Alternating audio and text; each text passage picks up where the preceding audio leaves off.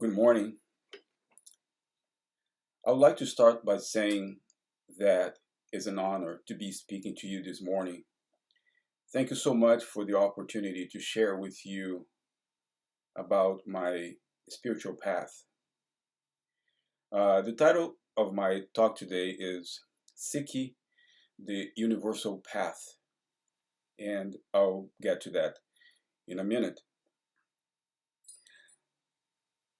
I must confess that talking about spirituality sometimes feels somewhat awkward to me, simply because the moment I use the word uh, path after the word spiritual, immediately it feels like something I want to walk on and not discourse about. I guess I am a little self conscious about my words not being reflected in my actions. Having said that, I also accept the premise that talking about spirituality and religion is one way of getting to know each other's beliefs. As my sister Marianne Anderson may have told you, I am originally from Brazil. At this point, I have spent more time in the US than I have in Brazil, as I moved here 35 years ago when I was 25. Uh, I'll tell you very briefly about that. It was 1987, and at that point, I was not making any plans whatsoever to leave Brazil. It was something that happened rather quickly, after talking to a friend who had been living here.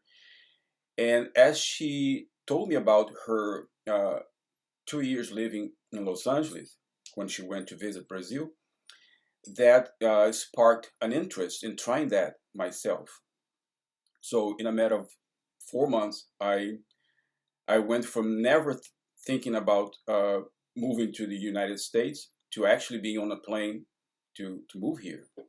That went from June to November 1987. And when I got to Los Angeles, I started meeting people, and my dear friend, my sister Marianne Anderson, who was actually the first uh, American friend I made when I was there. And it didn't take long for us to recognize in each other the recognize the sibling in each other. And that was also the beginning of a very extensive series of musical collaborations that you know exist to this day. Um, so I was born in and raised in Rio de Janeiro, Brazil.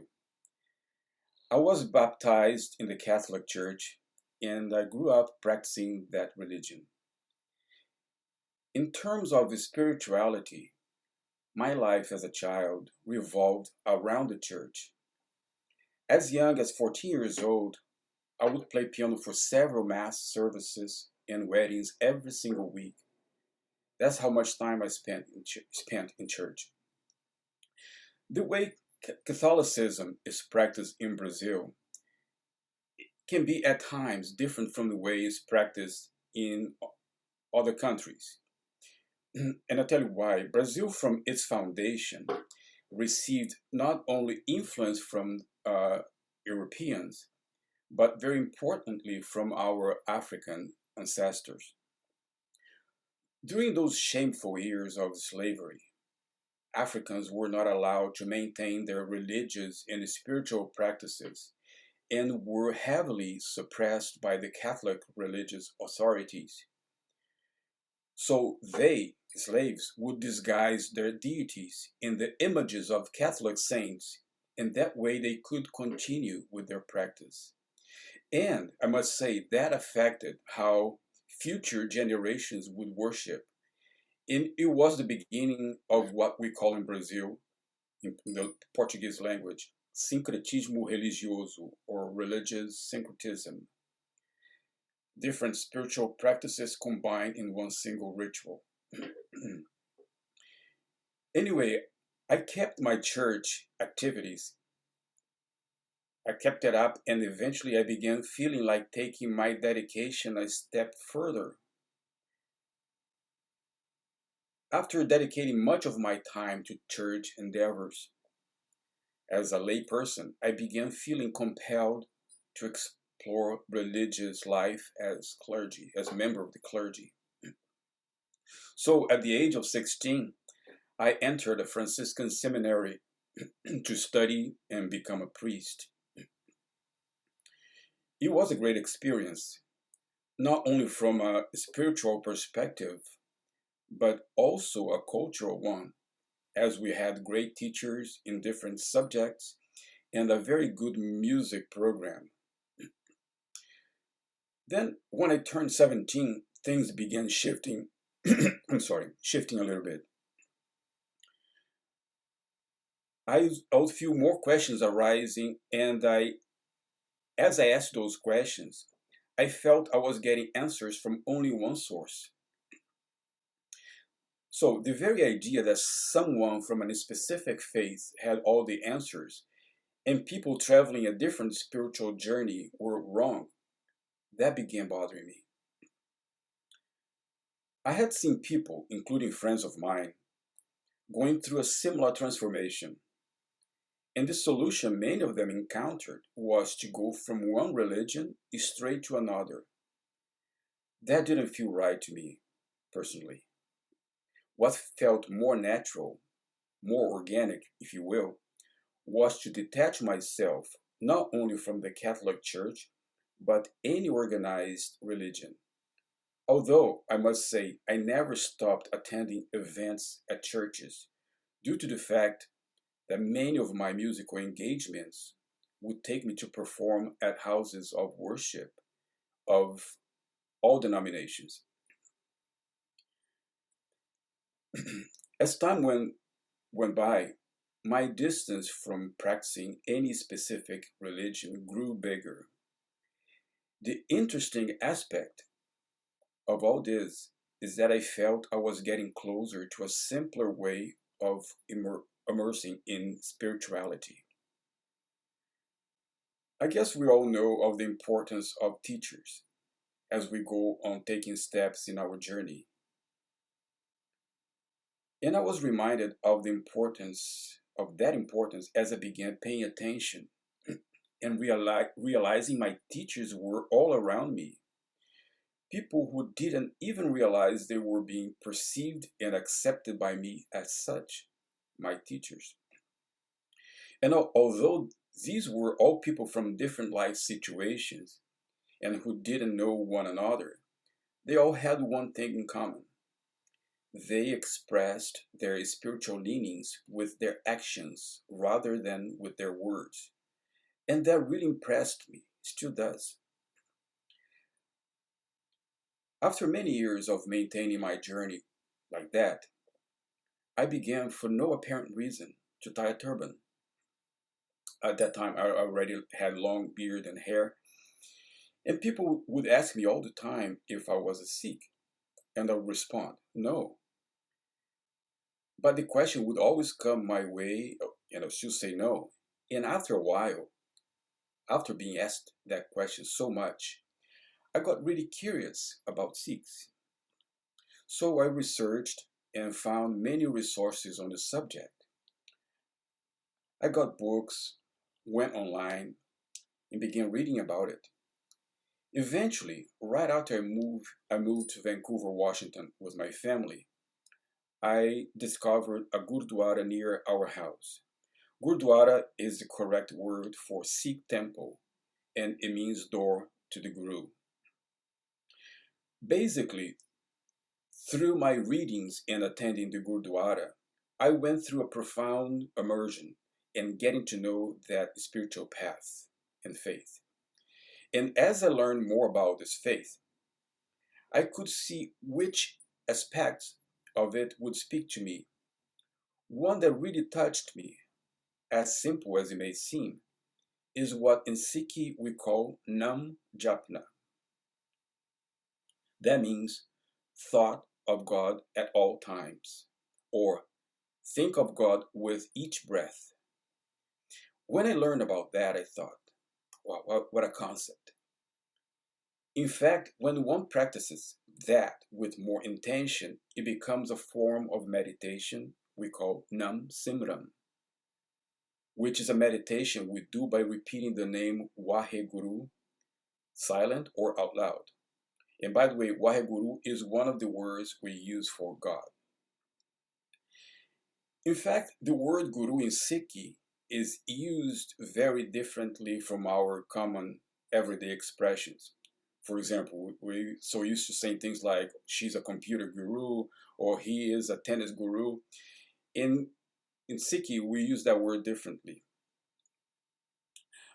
First, the word guru is a combination of two words, gu, which means darkness, and ru, which means light. So, guru is one who turns ignorance into enlightenment. In Sikhi, we also use the guru to refer to God, especially when we say Waheguru, wondrous God. We also use the word guru to refer to the 10 gurus, going from the founder of the religion, Guru Nanak Dev Ji, all the way to the 10th, Guru Gobind Singh. When we got to the 10th Guru, Gobind Singh, he said there wouldn't be any more gurus in the flesh as a person. Instead, guruship would be bestowed on the sacred scripture, which is named Guru Granth Sahib, which the Sikh faith reveres not as a simple book, but a living guru. Another thing that stood out for me in Sikhi was their lack of interest in proselytizing. Don't get me wrong, Sikhs love the idea of talking about Sikhi. Oh, let me just pause for a second. You've been hearing me saying the word Sikhi. It's the same as Sikhism.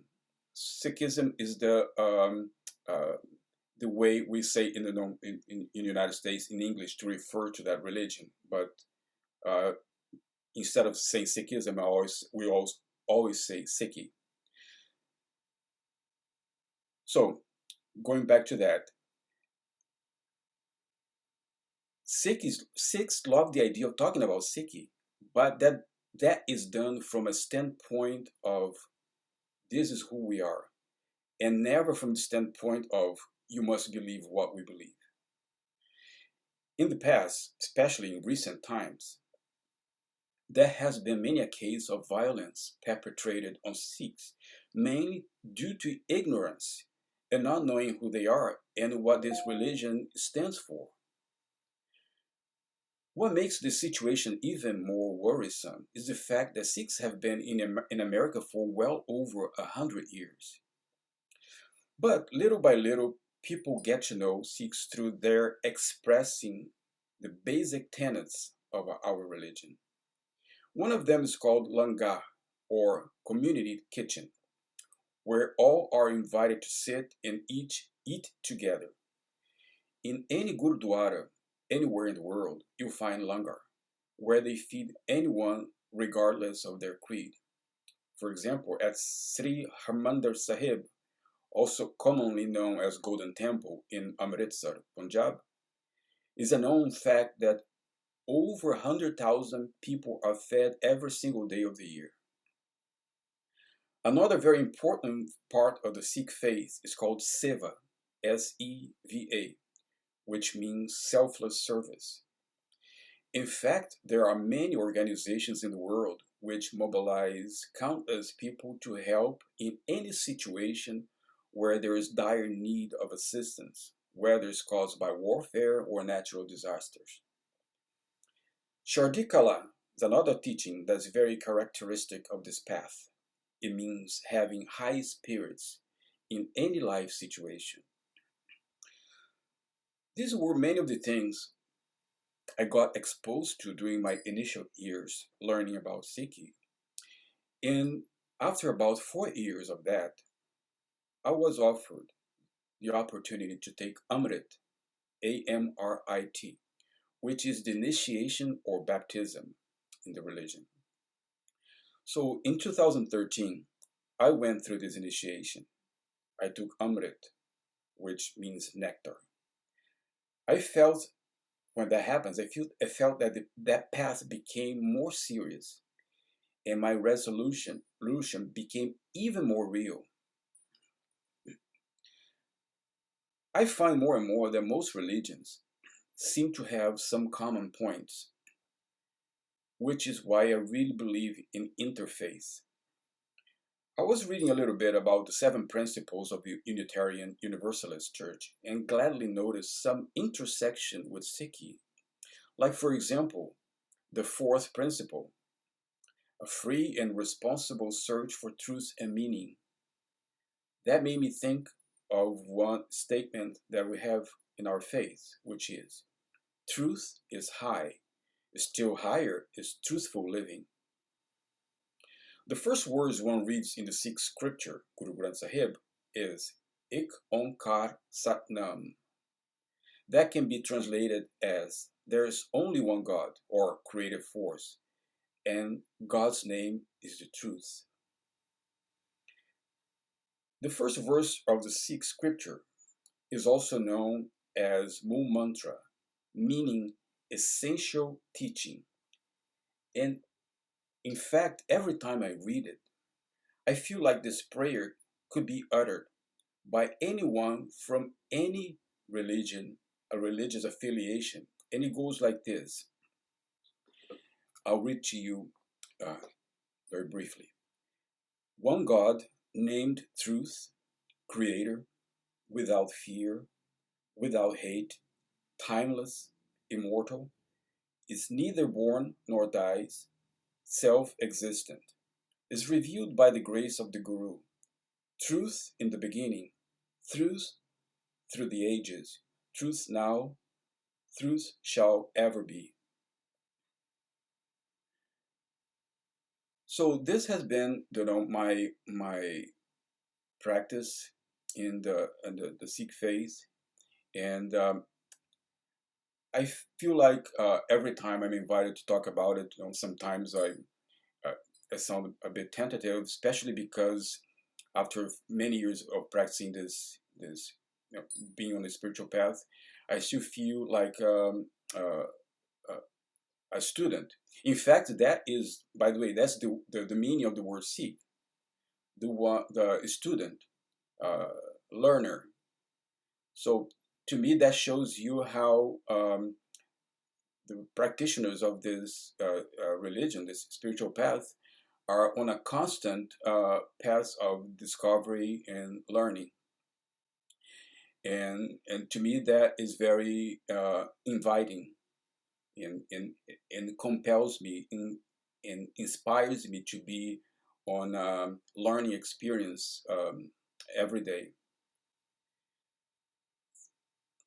Thank you so much for the opportunity to speak to you this morning and for reminding me that we are all taking these steps together. I look forward to learning more about your teachings and community, and I hope that in the near future, I may be able to join you all for an in person worship and also some music. Thank you so much again.